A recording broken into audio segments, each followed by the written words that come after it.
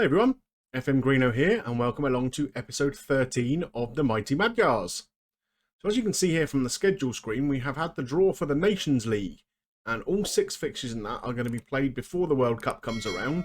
So the next couple of episodes I'm going to bring you our games from that series of matches. So today we are going to play near neighbours Slovakia away from home. A game we'd be hopeful of winning, but Slovakia aren't a bad side. And then the following episode is going to be the last game in the group where we take on Italy away. And I'm sure that will have some impact on our fate, whether we go up to Group A, stay in Group B, or are relegated to Group C. Who knows? We shall wait and see. Take a little look at the tactics screen. You can see how we're set up today. We go into this Slovakia game with a positive outlook. We've made a change up front. So we've brought in Shaloy up front. He's more of a winger, really. But I wanted to bring this Shaloy out onto the left-hand side as an inverted winger. We have Kleinheisler on the right. And I think Shaloy is about the best option we've got up front in the squad currently. We do still have Nikolic kicking around on the bench, but he's 34 years old now. And very much only can be used as an impact sub.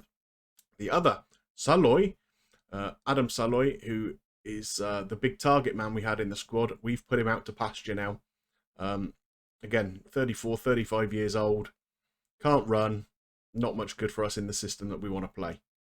We're trying to blood a couple more youngsters, so there are 4 decent young players on the bench. We have Sabolch Mezai, who we've seen before. He's now got 8 caps. Christopher Horvat, who is a new addition to the squad. He's a youngster on the books of Torino, so hopefully there's some development in him. Sabolch Schön, who is a left winger. He is on the books of MTK Budapest and looks a decent little option. I think we can see him getting some minutes for the team. Along with Tamas Kish, who of course he's the guy who came on and scored the winner against Germany recently. So yeah, there's some youngsters we're trying to get in and amongst the setup who, well, we'll find out soon whether they're good enough or not, won't we? So anyway, let's head off to Slovakia and get into today's game. And here we are in Trnava for the game against Slovakia. Slovakia, one of the countries that their kind of national stadium isn't actually based in the capital city. They play at Trnava, which is about an hour east, I guess. We have an opportunity here. Kleinheisler making a very strong run down the right-hand side. Can he get his cross in? He can. And it's a first goal for us. Roland Shaloy, who is obviously enjoying that move out to the inside or inverted winger role, even on the left-hand side. We've been playing him as a striker recently, but decided to put him back into his favoured position today. And there he is, ghosting in at the back post. And a very, very nice finish. So after 5 minutes, we're a goal up. I'll take that. Like I say, we're going to try and blood some of the youngsters through the tournament. I might show you a couple more of the guys we got in the under-21s who are of interest after the game. There's a couple of half-decent strikers that I wouldn't mind taking a look at, so we may use them in the Nations League a bit later on. Another opportunity here. Hangya takes the throw. There's Shaloy finding Sobosloy. Can he do something with it? Unfortunately, he just gives it to Skriniar. Skriniar, of course, we'll all know is a very, very good centre-half. Hamšík, again, he's the creative influence in the Slovakia side. Getting on a bit now. He's 34, I think, in game. So, not at the peak of his powers, but still someone we have to be very careful of. He's not actually the oldest player in the side, though. Slovakia still are playing with... Oh, dear, they've scored. They're still playing with Martin Skirtle at centre-half, who's 37 in game now.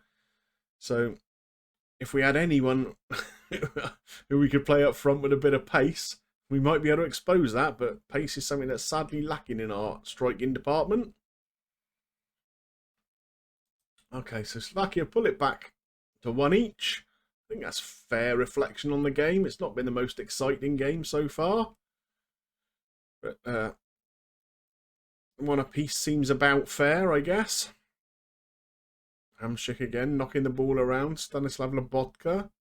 That's a great ball. And Lobotka's in, is he? He is. There was an opportunity there for the centre-half, I think, to get a challenge in. But I guess he was probably worried about giving a penalty away.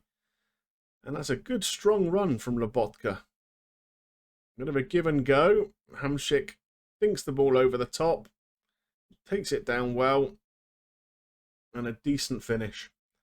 Okay, so we have work to do here at half-time. Oh, and another highlight here. Can we clear this? Oh, we've given away a penalty, have we? Kecskes. Yeah, it's a shove in the box. Goodness me. 2 minutes before half-time, we were 1 apiece.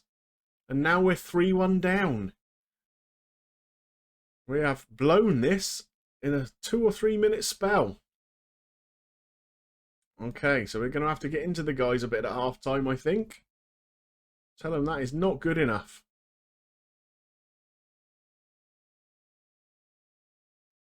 Doesn't seem to have made any impact on the team at all. So, can we do anything better in the second half? An opportunity here. Soboslai with a free kick. And Willie Orban nods in at the back post. Okay, 3-2. We're back in this game. It's the 53rd minute, so still plenty of time to turn it around. Of course, when you've got a player of the quality of Soboslai in the team, dead ball situations, any time he gets on the ball in midfield, he's definitely going to be dangerous. Here comes Hanga. Looking for a ball over the top, but Skriniar mops that up easily enough. Can we get in and disrupt the Slovakian attack here?